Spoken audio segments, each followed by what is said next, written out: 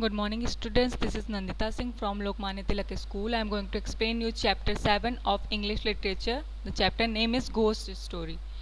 First part मैंने आपको पढ़ा दिया था जिसमें मैंने आपको बताया था सनीडेल में एक कॉटेज था जिसमें मिस्टर एंड मिसेस हापा वहाँ रहने के लिए आए थे। एक दिन वो रात को फायर साइड के पास बैठ के चाय पी रहे थे, तब उन्हें किसी फूड स्टेप्स की आवाज़ सुनाई देती है। वो सर्च आउट करने जाते हैं तो उनको कोई दिखाई नहीं देता। इसके आगे से मैं पढ़ाऊँगी। मैंने कल आपको आउटसाइड तक पढ़ाया था, यहाँ तक।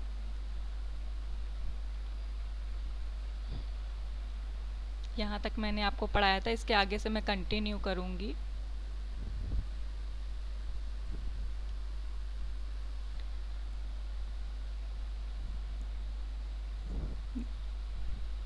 Mr. Harper told his dear wife to stay in the house. Mr. Harper ने Good morning, ma'am. Good morning बेटा, continue the class.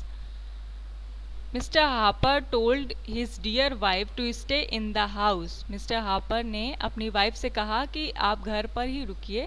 While he went outdoors, जब मैं बाहर जाऊं। उसने कहा कि जब मैं बाहर जाऊं तो तुम घर पर ही रहना। His wife told him not to be out too long. उसकी वाइफ ने कहा कि बहुत ज़्यादा देर तक बाहर मत रहिएगा।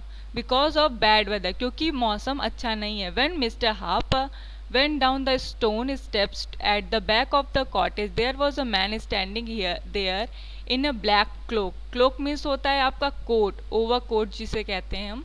तो when मिस्टर हापर जैसे ही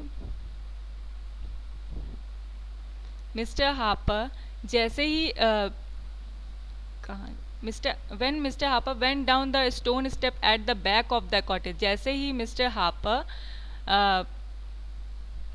कॉटेज के पीछे जाते हैं, वहाँ पर उन्हें एक आदमी दिखाई देता है जो कि क्लोक में रहता है, मीन्स ब्लैक ओवरकोट में रहता है। His head was covered so it was quite difficult to see who he was. उसका सर ढका रहता है पूरा, इसलिए मिस्टर हापर को मुश्किल होती है ये पहचानने में कि वो कौन है। Mister Harper ask him, mister Harper उससे पूछते हैं कि who are you and why are you here. उससे पूछते हैं कि तुम कौन हो और तुम यहाँ पर क्यों हो। I am the spirit of Sunnydale cottage. उसने कहा कि मैं सनीडेल कॉटेज में रहने वाली एक आत्मा हूँ। स्पिरिट मीन्स आत्मा हूँ। I have been appearing here on the first of every month for 200 years, replied the figure. उसने कहा, स्पिरिट ने कहा कि I have been appearing here on the first of every month. उसने कहा कि 200 साल से 200 ईयर्स से मैं हर महीने की पहली तारीख को यहाँ पर दिखाई देता हूँ, मीन्स अपीयर होता हूँ, प्रेजेंट होता हूँ। Mister Harper stood there, his knees knocking. Knees knocking means होता है knees trembling, shaking. Knees means घुटना होता है, आप जानते हैं। मिस्टर हापर स्टूड देयर, वहाँ पर मिस्टर हापर खड़े खड़े ये सुन करके कि वो स्पिरिट है, उनके पैर कांपने लगे। As he went hot and cold, जैसे कि उन्हें बुखार चढ़ गया हो। He answered in whispering voice. Whispering voice means होता है फुसफुसा कर कान में धीरे से बोलना। He answered in a whispering voice, वो धीरे से फुसफुसा के बोलता है कि you are playing a trick on me. क्या तुम मेरे साथ गेम खेल रहे हो, मुझे मजाक कर रहे हो।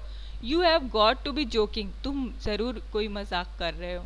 आई मीन, यहाँ इतना एम एक्सप्लेन करके इसलिए लिखा गया क्योंकि वो डरा हुआ था। I am mean I have never met a ghost in my life before. उसने कहा कि मेरा मतलब ये है कि मैं अपनी पूरी लाइफ में कभी भी किसी भी भूत से नहीं मिला हूँ, किसी भी स्पिरिट से नहीं मिला हूँ।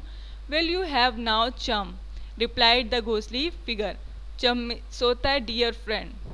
फिर उसने कहा वेल यू हैव नाउ अ चम, चलो ठीक है, अब तुम्हारे पास एक अच्छा दोस्त है, घोस्टली फिगर ने कहा।